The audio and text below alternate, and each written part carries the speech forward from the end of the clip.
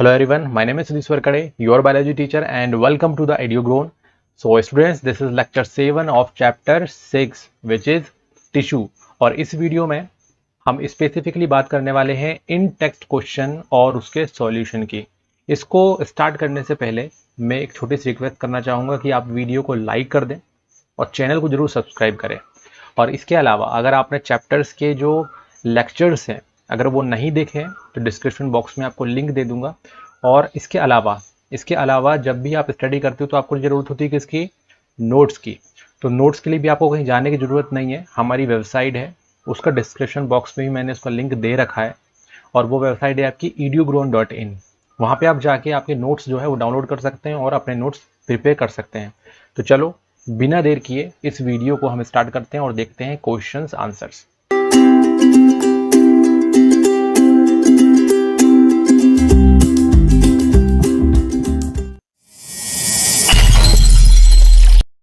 Welcome back students. तो यहाँ पे आपकी एनसीईआरटी बुक का पेज नंबर 69, वहाँ पे आपके कुछ क्वेश्चंस दिए हुए हैं, टेक्स्ट क्वेश्चन। तो उसमें क्वेश्चन नंबर 1 है, what is a tissue. Tissue आखिरकार हम किसको बोलते हैं। तो स्टूडेंट्स चलो देखते हैं इसके आंसर को। अब यहाँ पे आपने एक ऑर्गन जो है देखा होगा और वो ऑर्गन क्या है, हार्ट। बुक्स में आपने कई बार इस हार्ट के डायग्राम को आपने देखा होगा, है ना। अब क्या आपने कभी सोचा ये किससे मिलकर बना हुआ है, ये हार्ट जो है किनसे मिलकर बना हुआ है। बेसिकली ये बहुत सारी सेल्स जो हैं उससे मिलकर बनता है ना। ये एक ऑर्गन है बेसिकली जो बहुत सारी सेल से मिलकर बनता है। अच्छा, इसका सेल जो है वो किस डिज़ाइन का होता है, थोड़ा बहुत आप आपने जब चैप्टर स्टडी किया होगा तो आपने देखा होगा कि ये सेल्स जो हैं कुछ इस तरीके की होती हैं, किसमें, आपके हार्ट में। तो ये कुछ हार्ट की सेल्स हैं, है ना। तो ये देखो, ये एक सेल है जो किसकी है, बेसिकली हार्ट की सेल्स है। ये जो सेल्स है ना, इसके जैसे अब देखो ये ऊपर भी इसी के जैसी एक और सेल है। तो ऐसी बहुत सारी सेल्स क्या होती हैं, आपस में ज्वाइंट होती हैं। ऐसी बहुत सारी सेल जो कैसी होती हैं, सिमिलर।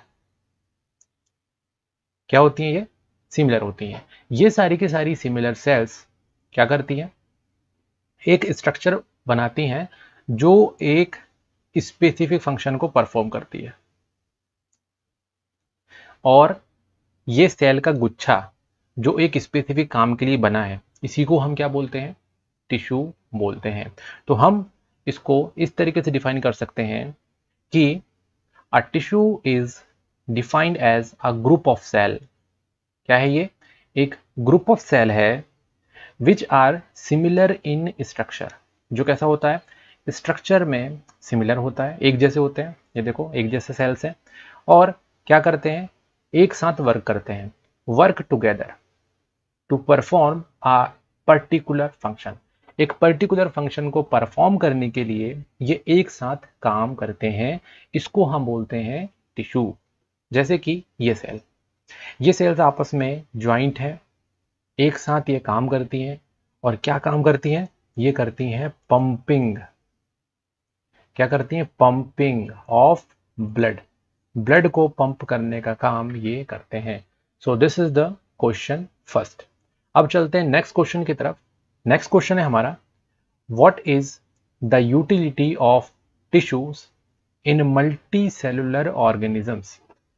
क्वेश्चन हमारा है कि जो टिश्यू होते हैं, है ना, मल्टी सेलुलर ऑर्गेनिज्म में जो टिश्यू होंगे उनकी क्या यूटिलिटी है। अब यहाँ पे मल्टी सेलुलर का क्या मतलब होता है, मल्टी सेलुलर का मतलब होता है मोर सेल्स, मतलब बहुत ज्यादा सेल्स। ठीक है, मतलब एक से ज्यादा, है ना। एक से ज्यादा जब सेल्स होती हैं, मतलब बहुत सारी सेल्स से मिलकर बनी हुई जो ऑर्गेनिज्म होती है उसको हम बोलते हैं ऑर्गेनिज्म। तो ये ऑर्गेनिज्म जो है इसमें टिश्यू का क्या यूटिलिटी हमको बताना है। तो अभी हमने देखा कि जो बहुत सारी सेल्स होती हैं उनसे मिलकर क्या बनता है, टिश्यू बनता है ना। बहुत सारी सेल्स से मिलकर क्या बनता है, टिश्यू बनता है जो स्पेसिफिक फंक्शन को परफॉर्म करती हैं। तो उसकी क्या क्या यूटिलिटीज हो सकती हैं। सो हम यहाँ पे लिख सकते हैं, utility of tissues in multi cellular organisms क्या क्या होगा? First, they provide structural and mechanical strength. ये जो टिश्यूज होती हैं एक मल्टी सेलुलर ऑर्गेनिजम्स में, मल्टी सेलुलर ऑर्गेनिज्म जो कि बहुत सारी सेल्स का बना हुआ है, जैसे कि कौन? जैसे कि ह्यूमन, बहुत सारी सेल्स का मिलकर बना हुआ है ना ये। तो ह्यूमन बहुत सारी सेल्स से मिलकर बना हुआ है, मल्टी सेलुलर है। तो इसमें जो टिश्यूज होते हैं वो क्या प्रोवाइड करा रहे हैं हमको? हमको प्रोवाइड कराते हैं वो स्ट्रक्चरल एंड मैकेनिकल स्ट्रेंथ, है ना। हम कहीं भी चल फिर सकते हैं तो हमारे पास मैकेनिकल स्ट्रेंथ भी है और स्ट्रक्चरल स्ट्रेंथ भी है, ताकत, जिसके कारण क्या है, जिसके कारण हम इधर से उधर जा सकते हैं। तो क्या है बेसिकली वहां पे? टिश्यूज है ना। इसके अलावा ये क्या करते हैं, एक से ज़्यादा सेल से टिश्यू मिलकर बनता है, तो यहाँ पे जो सेल्स होती हैं अपना अपना काम बांट लेती हैं, है ना। यहाँ ठीक है, तुम दूसरे सेल हो, तुम अपना दूसरा काम करो, तुम दूसरे सेल हो, तुम अपना दूसरा काम करो। तो इसको हम बोलते हैं अलाउ डिवीजन ऑफ लेबर, है ना। मतलब यहाँ पे आपका जो वर्क होता है वो डिस्ट्रीब्यूट हो जाता है। जैसे थिंकिंग करने का काम, सोचने का काम किसका है? आपकी ब्रेन, है ना। तो एक डिफरेंट टाइप का टिश्यू है वो, जिसके कारण क्या बंद होता है? सोचने का काम करता है, कोऑर्डिनेशन का काम करता है। इसके अलावा आपकी आईज, डिफरेंट टाइप के आपके टिश्यू है जिससे देखने का काम है। डाइजेस्टिव सिस्टम में आपके बहुत सारे ऑर्गन्स होते हैं और उसमें टिश्यूज होते हैं जो क्या करते हैं? स्पेसिफिक डाइजेशन का काम करते हैं। तो अलग अलग आपके टिश्यू अलग अलग फंक्शन को परफॉर्म करते हैं, तो हम बोल सकते हैं अलाउ डिवीजन ऑफ लेबर। इसके अलावा, है ना, इसके अलावा हमारे पास जो वर्क है वो कौन कौन से हैं? Muscular tissue help in movement. जो मस्कुलर टिश्यूज होते हैं वो किस चीज़ में आपके हेल्प करते हैं? मूवमेंट में हेल्प करते हैं। आपको यहाँ से वहाँ जाना है तो मस्कुलर टिश्यू करेगा। अभी थोड़ी देर पहले बताया था नर्वस टिश्यू क्या कर रहे हैं? आपका मैसेज को ट्रांसफर कर रहे हैं एक जगह से दूसरी जगह। तो यहाँ पे सेकंड क्वेश्चन भी हमारा हो गया कंप्लीट, जो हमारा 69 पेज नंबर से था। चलो अब बढ़ते हैं हम नेक्स्ट क्वेश्चन की तरफ। नेक्स्ट क्वेश्चन आपको मिलेगा पेज नंबर 73 में। यहाँ पे पेज नंबर 73 का क्वेश्चन नंबर 1 है, name types of simple tissue. Simple tissue के एग्जाम्पल्स बताइए। तो सिंपल टिश्यू के जो एग्जाम्पल्स बताने हैं वो बेसिकली हमको प्लांट से बताने हैं। किसके बताने हैं? प्लांट। प्लांट जो होता है वो भी एक मल्टी सेलुलर ऑर्गेनिज्म है। तो उसमें कौन कौन से सिंपल टिश्यूज हमको मिलते हैं वो हमको यहाँ पे राइट डाउन करना है और बताना है। तो कौन कौन से इसमें टिश्यूज मिलेंगे? इसमें बेसिकली टिश्यूज को, सिंपल टिश्यूज जो होते हैं उसको 3 पार्ट में डिवाइड किया गया है। तो कौन कौन से होंगे ये? वो होंगे पैरेन्काइमा, क्या होगा? Parenchyma, then collenchyma, parenchyma, collenchyma और स्क्लेरेनकाइमा। तो 3 बेसिक सिंपल टाइप के टिश्यूज होंगे। कौन कौन से होंगे? पैरेन्काइमा, कॉलेनकाइमा और स्क्लेरेनकाइमा। पैरेन्काइमा को फर्दर हम डिवाइड करते हैं, और डिवाइड कितने पार्ट में करते हैं? 2 पार्ट में। पैरेन्काइमा को हम 2 पार्ट में और डिवाइड कर सकते हैं। देखिए ये सब के सब सिंपल टिश्यूज हैं। 2 टाइप के टिश्यूज होते हैं, एक होते हैं सिंपल और एक होते हैं कॉम्प्लेक्स। कौन कौन से होते हैं? एक सिंपल होते हैं और एक कॉम्प्लेक्स होते हैं। तो हम अभी कॉम्प्लेक्स की बात ही नहीं कर रहे हैं, अभी तो हम सिर्फ सिंपल टिश्यू की बात कर रहे हैं। तो पैरेन्काइमा, कॉलेनकाइमा और sclerenchyma, these are simple tissue. अब पैरेन्काइमा को दोबारा डिवाइड जब हम करेंगे 2 पार्ट में उसको हम डिवाइड कर सकते हैं। एक होता है क्लोरेनकाइमा और एक होता है एरेनकाइमा, ठीक है।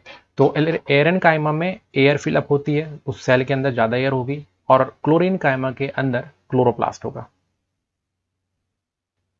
तो क्या करता है क्लोरोप्लास्ट? क्लोरोप्लास्ट फूड बनाने में हेल्प करता है ना। प्लांट में जो फूड बनता है उसको बनाने में यहाँ पे हेल्प करेगा। तो इस तरीके से यहाँ पे हम बोल सकते हैं कि पैरेन्काइमा, कोलेनकाइमा और स्क्लेरेनकाइमा, और पैरेन्काइमा को फर्दर दो पार्ट में डिवाइड कर सकते हैं, क्लोरेनकाइमा और aerenchyma. So these are the simple tissue. बढ़ते हैं हम नेक्स्ट क्वेश्चन की तरफ। नेक्स्ट क्वेश्चन है हमारा, where is apical meristem found. Apical meristem कहाँ पे मिलता है? तो बेसिकली प्लांट की बात हो रही है, और एपिकल का मतलब होता है सबसे चोटी पर, सबसे टिप पे, है ना। क्या बोल सकते हैं इसको? टिप। तो टिप में क्या प्रेजेंट होगा? मेरिस्टेम प्रेजेंट होगा। कौन सा meristem? Apical meristem. So this is the diagram of plant. तो आप यहाँ पे देख पा रहे हो उसका टिप, ये देखो इसका टिप का पोर्शन ये रहा, और इसके अलावा यहाँ पे भी आपको टिप्स दिख जाएंगे, ये भी, इनको भी हम टिप बोलेंगे, ठीक है। तो ये आपका जो रूट है इसमें भी आपको टिप का पोर्शन मिलेगा और शूट में भी आपको ये टिप का पोर्शन मिलेगा, ठीक है। तो ये यहाँ पे आपके पोर्शन मिल गए। यहीं पे बेसिकली आपका एपिकल मेरिस्टेम मिलता है। तो हम यहाँ पे लिख सकते हैं apical meristem is present at the tip of root and shoot of the plant. और ये जो मेरिस्टेम है ये क्या करता है, ये करता है ग्रोथ। मेरिस्टेम किस चीज के लिए रिस्पॉन्सिबल होता है, मेरिस्टेम रिस्पॉन्सिबल होता है आपके ग्रोथ के लिए। तो जो टिप है आप देखोगे कि यहीं से क्या होगा, ये बढ़ता है, प्लांट जो रहेगा यहीं से क्या होगा, इसकी स्टेम ऊंची होती जाएगी, ऊंची होती जाएगी। उसी तरीके से यहाँ पे रूट जो है अंदर जाता जाएगा, अंदर जाता जाएगा, तो और ज़्यादा क्या होगी, ग्रोथ होती जाएगी। तो बेसिकली ये क्यों होता है, बिकॉज ऑफ एपिकल मेरिस्टेम। तो हम वहाँ बोल सकते हैं दे डिवाइड, इनकी सेल्स डिवाइड करती हैं और आपके ग्रोथ को इनिशिएट करती हैं। तो चलो बढ़ते हैं हम अब नेक्स्ट क्वेश्चन पे। Next question number 3।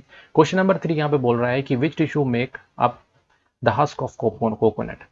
कोकोनट में जो हस्क होता है आखिरकार उसमें कौन सा टाइप का टिश्यू होता है, या फिर कौन सा टिश्यू इसमें होता है। तो स्टूडेंट्स सबसे पहले हम समझो कि कोकोनट का हस्क क्या है। तो आपने ये तो देखा ही होगा, कोकोनट का फ्रूट, इसको आप क्या करते हैं, कई जगहों पे पूजा पाठ में उसको यूज किया जाता है। तो आप देखोगे कि इसमें ये बाहर ये जो है इसका छिलका, ये क्या है, हस्क, सूख गया बिल्कुल।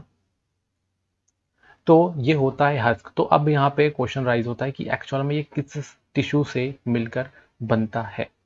तो ये बनता है हमारा स्क्लेरेनकाइमा से। किससे बनता है, स्क्लेरेनकाइमा। तो ये सेल्स कुछ इस तरीके से दिखाई देती हैं स्क्लेरेनकाइमा की, है ना। और ये जो सेल्स होती हैं बेसिकली ये कैसी होती हैं, नैरो होती हैं, एक साइड से नैरो होती हैं, और इनमें स्पेसिफिक टाइप का केमिकल सब्सटेंस जम जाता है। और वो केमिकल सब्सटेंस क्या है, लिग्निन। क्या है ये, लिग्निन। लिग्निन केमिकल सब्सटेंस जो है इसमें जम जाता है। तो देखो आप यहाँ पे कॉर्नर्स में क्या जम गया, ये लिग्निन जम गया। तो इस तरीके से इसका स्ट्रक्चर होता है, लिग्निन जमा रहता है, स्क्लेरेनकाइमा इसको हम बोलते हैं। तो लिख सकते हैं the husk of coconut is made up of sclerenchyma tissue. और इसमें इसकी जो वॉल होती है उसमें क्या जम जाता है, लिग्निन जम जाता है। बढ़ते हैं हम नेक्स्ट क्वेश्चन की तरफ। नेक्स्ट क्वेश्चन है हमारा what are the constituent of phloem. Phloem के कौन कौन से कॉन्स्टिट्यूएंट होते हैं। आखिरकार ये फ्लोएम किन किन चीजों से मिलकर बना हुआ होता है ना। तो उसको हम क्या बोलेंगे, कॉन्स्टिट्यूएंट बोलेंगे। तो अगर हम फ्लोएम का डायग्राम देखें तो फ्लोएम का डायग्राम कुछ इस तरीके से हमको दिखाई देगा, जिसमें डिफरेंट डिफरेंट कंपोनेंट आपको दिखाई देंगे, है ना। बहुत सारे एलिमेंट्स आपको दिखाई यहाँ पे देंगे। तो इस तरीके से आप देख रहे हो कि इसमें सीव प्लेट्स हैं, सीव ट्यूब्स हैं, इसके अलावा फ्लोएम पैरेन्काइमा है और कॉम्पेनियन सेल्स हैं। तो ये सभी क्या है, बेसिकली इसके कॉन्स्टिट्यूएंट हैं जिनसे मिलकर ये पूरा का पूरा फ्लोएम बना हुआ है ना। तो अगर मैं इसको कैटेगराइज करूं तो हम इसको क्या क्या बोल सकते हैं, हम इसको बोल सकते हैं सीव ट्यूब्स, ठीक है। क्या मिलेगा फ्लोएम में, फ्लोएम में मिलेगा सीव ट्यूब्स, इसके अलावा कॉम्पेनियन सेल और फ्लोएम पैरेन्काइमा, और इसके अलावा फ्लोएम फाइबर्स। तो इस तरीके से फ्लोएम को बनाने में 4 कंपोनेंट यूज होते हैं, sieve tubes, companion cells, phloem parenchyma और फ्लोएम फाइबर्स। बढ़ते हैं अब हम नेक्स्ट क्वेश्चन की तरफ। ये क्वेश्चन आपको पेज नंबर 77 पे मिलेगा और क्वेश्चन 1 है यहाँ पे, name the tissue responsible for movement in our body.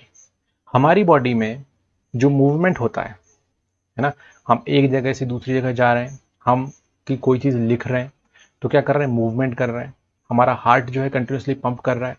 तो ये जो मूवमेंट है इसमें कौन सा टिश्यू रिस्पॉन्सिबल होता है।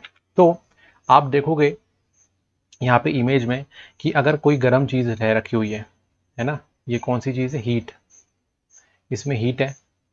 अब इसको अगर आप हाथ लगाओगे तो तुरंत क्या होगा, आप अपने हाथ को पीछे की तरफ मूव कर लोगे, है ना, होगा ऐसा।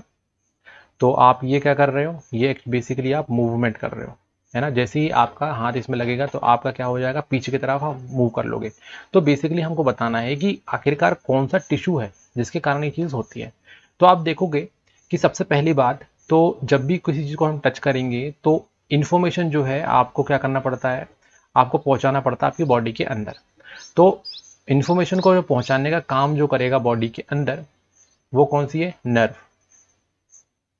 वो कौन सी है, नर्व। इसको हम नर्वस टिश्यू भी बोलते हैं। और जब ये आपके बॉडी के अंदर जाएगी तो बॉडी के अंदर कहाँ, ब्रेन में जाएगी, और वहां पे क्या होगी, ये प्रोसेस होगी, और प्रोसेस होने के बाद फिर हमको ये हटाने वाला काम करना पड़ेगा। तो हटाने के लिए क्या चाहिए, हमको मूवमेंट करना है। तो मूवमेंट करने के लिए जरूरी है क्या, मसल्स। तो इस तरीके से नर्व और मसल्स ये दो चीजें हैं जो क्या करती हैं, हमारी बॉडी में मूवमेंट जनरेट करती है ना। तो हम यहाँ पे इसको बोल सकते हैं कि two tissues are responsible for the movement of our body. हमारी बॉडी के मूवमेंट के लिए दो टिश्यू रिस्पॉन्सिबल होते हैं। फर्स्ट है मस्कुलर टिश्यू, है ना, जो हमको क्या कर रही है, मूव करवा रहा है, और दूसरा है इंफॉर्मेशन को भेजने वाला, दैट मीन्स नर्वस टिश्यू। चलो बढ़ते हैं हम नेक्स्ट क्वेश्चन की तरफ। नेक्स्ट क्वेश्चन है हमारा, what does neuron look like. एक न्यूरॉन किस तरीके से दिखाई देता है। एक न्यूरॉन का हमको स्ट्रक्चर देखना है कि वो कैसे दिखाई देता है। तो this is the structure of neuron. बहुत ही सिंपल डायग्राम है इसका। आप देख पा रहे हो कि इस वाले पोर्शन से हम स्टार्ट करेंगे। ये है हमारा कौन, सेल बॉडी। ये क्या है, सेल बॉडी। आप देखोगे सेल बॉडी के अंदर आपको यहाँ पे मिलेगा न्यूक्लियस, है ना, न्यूक्लियस मिलेगा जिसमें क्या होता है, डीएनए होता है, तो न्यूक्लियस मिलेगा। और ये जो सेल बॉडी है ये क्या है, इसमें पेड़ की तरह यहाँ पे ब्रांचेस निकली हुई हैं इसके कॉर्नर से। तो ये ब्रांचेस जो निकली हुई हैं, तो इसके ब्रांचेस को हम बोलते हैं डेंड्राइट। क्या बोलते हैं इसको हम, इसको बोलते हैं हम डेंड्राइट। और एक पोर्शन आप देखोगे जहां पे क्या होगा, ये जो सेल बॉडी रहेगी वो एक्सटेंड होके आगे की तरफ जाती है। तो एक्सटेंड होके जब आगे की तरफ जाती है तो जो एक्सटेंडेड पार्ट होता है आपके सेल बॉडी का, उसको हम बोलते हैं एक्सॉन। और एक्सॉन आखिरी किनारों पर क्या होती है, एक्सॉन आखिरी किनारों पर फिर से ब्रांच हो जाती है। इसको हम बोलते हैं नर्व एंडिंग। क्या बोलते हैं इसको हम, नर्व एंडिंग। और ये जो सेल है ये सिंगल सेल है। ये क्या है, सिंगल सेल। ऐसी जो सेल्स हैं और भी सेल्स आपस में ज्वाइंट होती हैं, है ना, और एक कंप्लीट नेटवर्क का फॉर्मेशन करती हैं। तो बेसिकली अगर न्यूरॉन की बात की जाए तो न्यूरॉन में क्या होता है, सेल बॉडी होता है, जो क्या, जिसमें सेल बॉडी के अंदर क्या क्या होगा, न्यूक्लियस होगा और साइटोप्लाज्म होगा। तो ये जो मटेरियल है, इस मटेरियल को हम क्या बोलते हैं, साइटोप्लाज्म बोलते हैं। यहाँ पे जो मटेरियल है ना, ये क्या है, साइटोप्लाज्म। तो साइटोप्लाज्म इसमें रहेगा। इसके अलावा इसमें क्या रहेंगे, डेंड्राइट रहेंगे। और डेंड्राइट कहाँ पे रहेंगे, इस लोकेशन पे, ये हमारे डेंड्राइट्स हैं। तो ये शॉर्ट ब्रांचेस होती हैं किसकी, सेल बॉडी की। सेल बॉडी की शॉर्ट ब्रांचेस होंगी जिसको हम क्या बोलेंगे, डेंड्राइट बोलेंगे। इसके अलावा एक long thin hair like part होगा जो कि सेल बॉडी से निकलेगा, इसको बोलते हैं हम एक्सॉन, है ना। और लास्ट में नर्व एंडिंग जो कि ब्रांच पार्ट होगा किसका, एक्सॉन एंड का। और ये जो आपका एक्सॉन होता है ना, ये क्या हो सकता है, ये काफ़ी लंबा हो सकता है, up to a metre long. ये एक्सॉन जो पोर्शन है ये एक्चुअल में और ज़्यादा लंबा हो सकता है, कितना, लगभग 1 मीटर तक का ये हो सकता है। और एन इंडिविजुअल नर्व सेल, इसको हम क्या बोलते हैं, न्यूरॉन बोलते हैं। इंडिविजुअल नर्व्स और सेल को हम क्या बोलेंगे, न्यूरॉन। ठीक है, तो ये जो बेसिकली न्यूरॉन सेल है। तो हो गया हमारा सेकेंड क्वेश्चन का आंसर कंप्लीट। अब बढ़ते हैं हम नेक्स्ट क्वेश्चन की तरफ। नेक्स्ट क्वेश्चन है हमारा, give 3 features of cardiac muscle. Cardiac muscle के हमको 3 फीचर्स बताने हैं। अब कार्डियक मसल्स की बात हो रही है यहाँ पे, और मसल्स किस लिए यूज होते हैं, मूवमेंट के लिए यूज होते हैं। अभी थोड़ी देर पहले डिस्कस किया है, किसके लिए रिस्पॉन्सिबल होते हैं मसल्स, मूवमेंट के लिए। और यहाँ पे कौन से मसल की बात हो रही है, कार्डियक मसल की बात हो रही है। बेसिकली यहाँ पे 3 टाइप के मसल्स होते हैं जिनमें कार्डियक मसल उन तीनों में से एक है। और कार्डियक का मतलब होता है हार्ट। क्या होता है कार्डियक का मतलब, कार्डियक का मतलब होता है हार्ट। तो हार्ट मसल्स जो हैं बेसिकली उनका क्या फीचर्स है हम उसको देखने वाले हैं। ठीक है, तो हार्ट में ये हमको मिलते हैं। तो ये है हमारी हार्ट, और इसमें जो मसल्स होंगे कुछ इस तरीके से होंगे, है ना। तो ये मसल्स हैं जो सिचुएटेड हैं किसमें, हार्ट में। तो ये कैसे होते हैं, क्या फीचर्स होते हैं।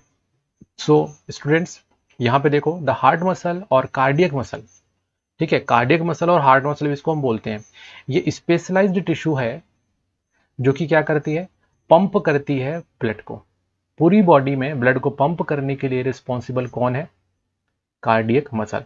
हमारी बॉडी के अंदर पूरा ब्लड जो है पूरा फ्लो कर रहा है, और क्यों कर रहा है, because of heart. Heart pump करता जा रहा है उसको, तो हमारी पूरी बॉडी में ये ब्लड भी सर्कुलेट हो रहा है।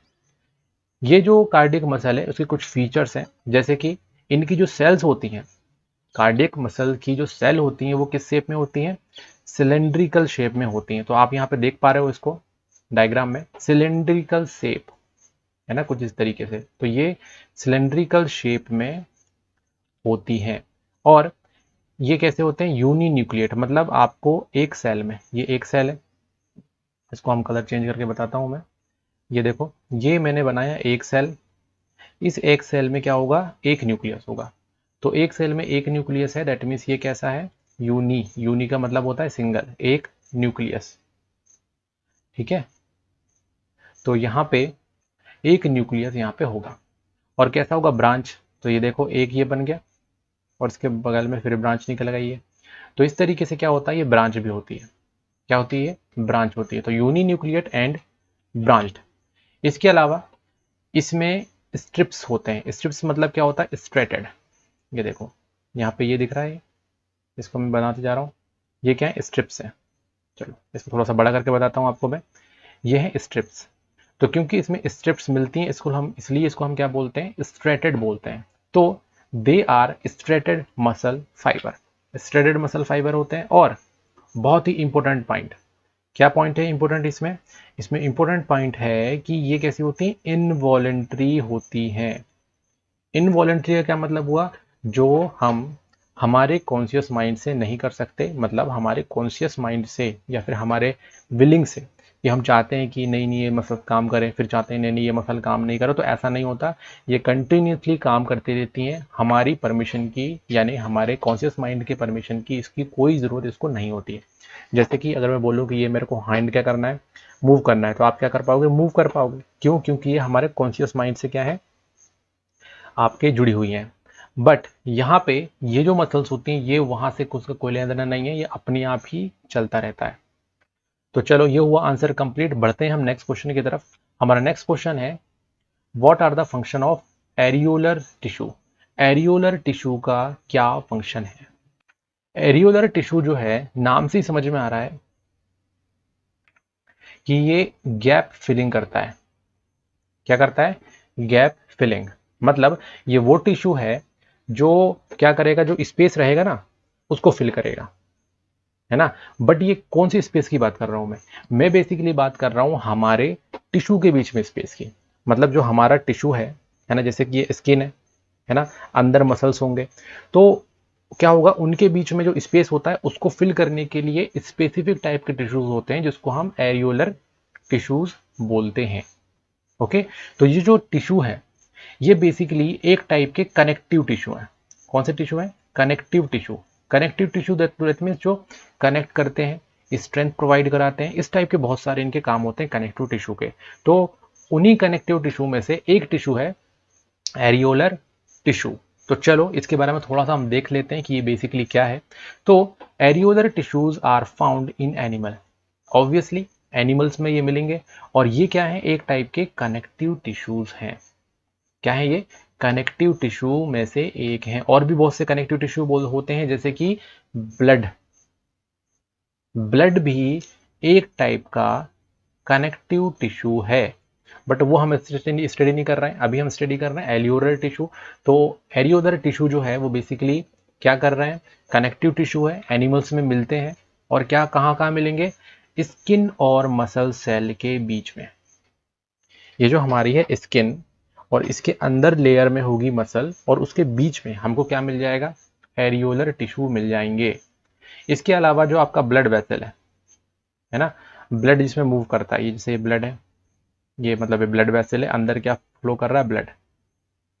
तो यहाँ पे जो आपका ब्लड वेसल रहेगा, इसमें भी आपको क्या मिल जाएगा, एरियोलर टिश्यूज मिल जाएंगे इसकी लेयर्स में। इसके अलावा नर्व सेल जो होती हैं, है ना, तो नर्व सेल में जो टिश्यू फॉर्म होगा नर्व सेल से मिलकर, उसमें भी आपको एरियोलर टिश्यूज मिल जाएंगे। और इसके अलावा बोन मेरो, बोन मेरो पता है क्या होता है, बोन मेरो एक्चुअल में आपकी हड्डी, हड्डी में होता है ये।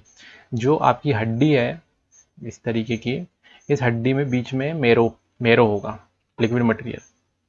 तो इस पर्टिकुलर हड्डी में भी आपका क्या होगा, ये पर्टिकुलर एरियोलर टिश्यूज मिल जाएंगे।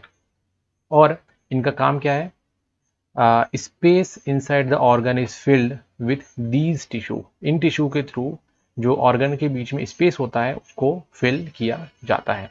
तो ये हमारी बॉडी को क्या देता है, सपोर्ट प्रोवाइड करता है, इंटरनल ऑर्गन को सपोर्ट प्रोवाइड करेगा और हेल्प करेगा टिश्यू रिपेयर में जब वो डैमेज हो जाएंगी। जब भी आपके बॉडी के अंदर डैमेज हो जाता है तो उस पर्टिकुलर टाइम पीरियड में ये पर्टिकुलर टिश्यू आपकी रिपेयर में हेल्प करेंगी। So these are the point of areolar tissue. ये आपका क्वेश्चन एंड। अब हम मिलते हैं नेक्स्ट वीडियो में, और आप जो है इस वीडियो को ज़्यादा से ज़्यादा तक शेयर कीजिए और चैनल को सब्सक्राइब कीजिए और वीडियो को लाइक कीजिए। और इसके अलावा अगर आपको नोट्स क्रिएट करने हैं तो हमारी वेबसाइट edugrown.in पे जाइए। Thanks for watching.